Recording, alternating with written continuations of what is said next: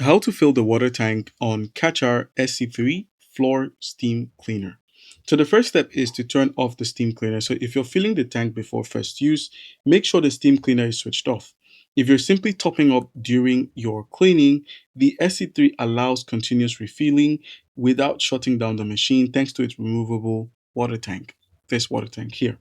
Now just go ahead and remove the water tank, grip the water tank by its handle, and then pull it straight out of the steam cleaner. If you're only adding a small amount of water, some SC3 models allow you to open the tank cover and refill it without removing the tank from the body of the SC3 while it's still attached to the machine.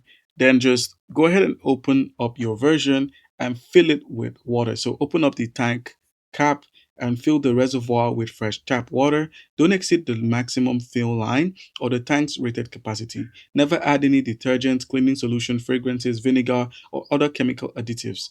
These can damage the steam cleaner.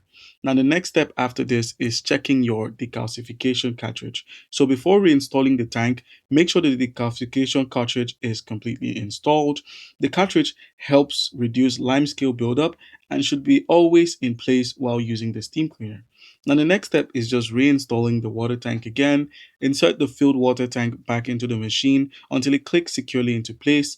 A loose or improperly seated tank may prevent water from reaching the boiler and could trigger a low water warning.